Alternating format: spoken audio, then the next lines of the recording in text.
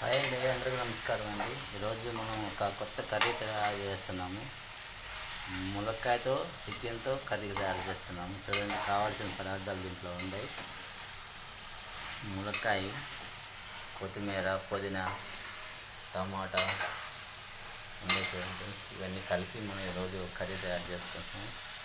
Already chicken fry అవుతుంది.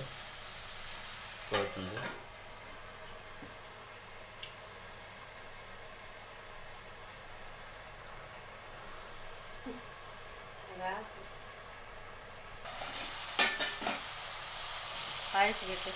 మాట్లాడు. అయిపోయిందా? మాట్లాడు.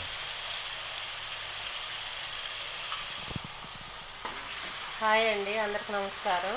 అందరూ ఎలా ఉన్నారు? బాగున్నారా? నేను కూడా బాగున్నానండి.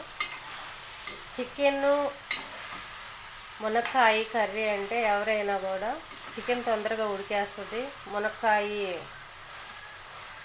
తొందరగా ఉడికేస్తుంది. చికెన్ మాత్రం కొంచెం అది ఉడికేలకే ఇది మెత్తగా అయిపోద్ది అంటారు.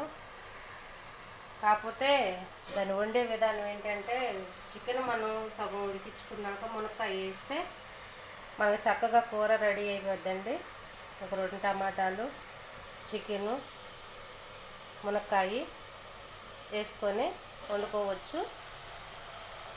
మునక్కాయ అసలు చిదురవ్వకుండా చక్కగా అలాగే ఉంటుందండి. కాకపోతే ఏంటంటే కొంతమంది తెలియక ఫస్టే అన్నీ వేసేస్తారు. చికెన్తో పాటే మునక్కాయ కూడా వేస్తారు. దానివల్ల ఏమైందంటే మనకి కూర అంతా రెడీ అయిపోయేలోపు మునక్కాయ చిదురైపోద్దండి. తినటానికి మనకి మునక్కాయ ముక్క అవ్వపడదు.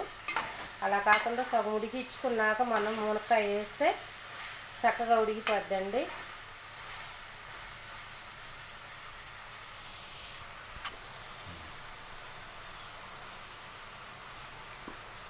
ఇక టమాటా వేసేస్తున్నానండి.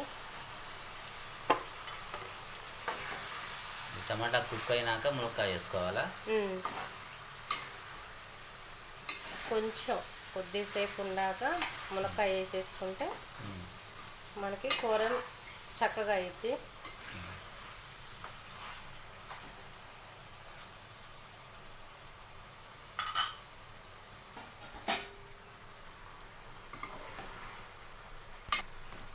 టమాటా కొంచెం ఉడకాలండి. కొద్దిగా అయినాక మునక్కాయ వేసేసుకుంటే మనకు 2 కలిసి 3 కుక్ అవుతాయి.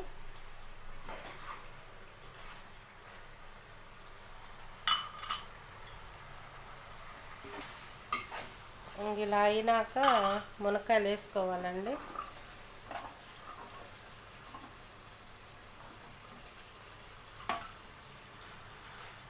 మునక్కాయ వేసారు కదా, మునక్కాయ వేసిన కారం ఎప్పుడు వేస్తారు?